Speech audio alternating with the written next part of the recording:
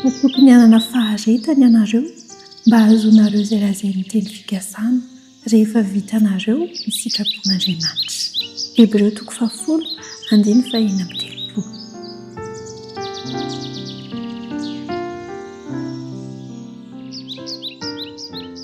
Ny teny fikasan'Andriamanitra dia toy ny voninkazo sarobidy manerana ny zaridaina anankiray, ary ireny tompo ny injanonantsika, andiniantsika, akafizantsika ny hatsaran'ireny zavabareny ka tonga antsika ankasitraka ny fahatsaran'Andriamanitra sy ny fahasoavan'Andriamanitra izay arotsak'Andriamanitra amintsika zany.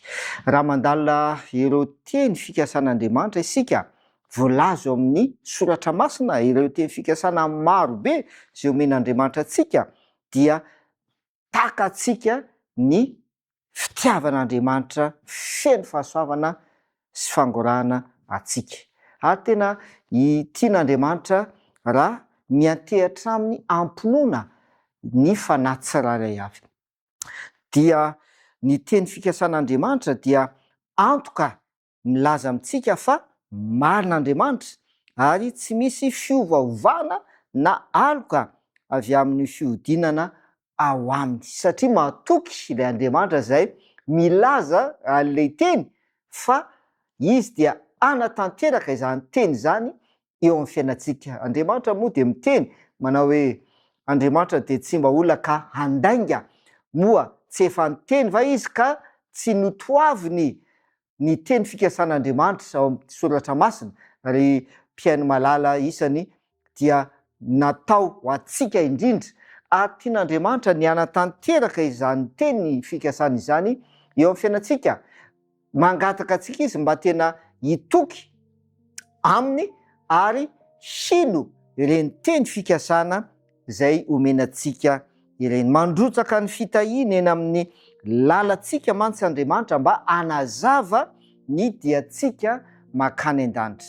Dia aoka isika ary hanatona ny seza fiandrianan'ny famindrapon'Andriamanitra, ampanajana, ampinoana ihany koa ka hitoky amin'ireo teny fikasana izay nomen'Andriamanitra atsika.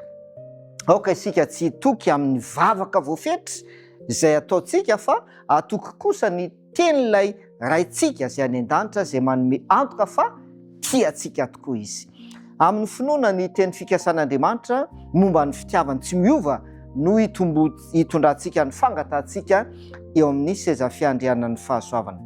Mety izah toetra ny finoantsika, mety izahana toetra ny finoantsika amin'ny fiandrasana, amin'ny faharetana, kanefa mahatoky ity teny voalazo amin'ny Isaia 5:10 manao hoe iza aminareo no matahotra an' Jehova ka miaino ny feon'ny mpanompony, na iza mandeha amin'ny maizina ka tsy manana fahazavana, aoka izy hitoky ny anaran'i Jehova sy hiankina amin'Andriamanitra.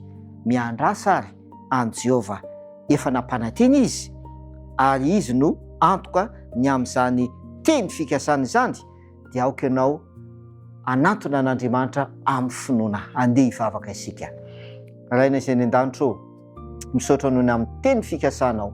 Maro ireo teny fikasana izay omenao anay voasoratra ao amin'ny Baiboly, tenin'Andriamanitra. Indraindray dia tsy raisinay izy ireny, indraindray dia adinina izy ireny, indraindray aza tsy vakiana akory, kanefa dia nomenao ireny teny fikasana ireny mba hasoanay.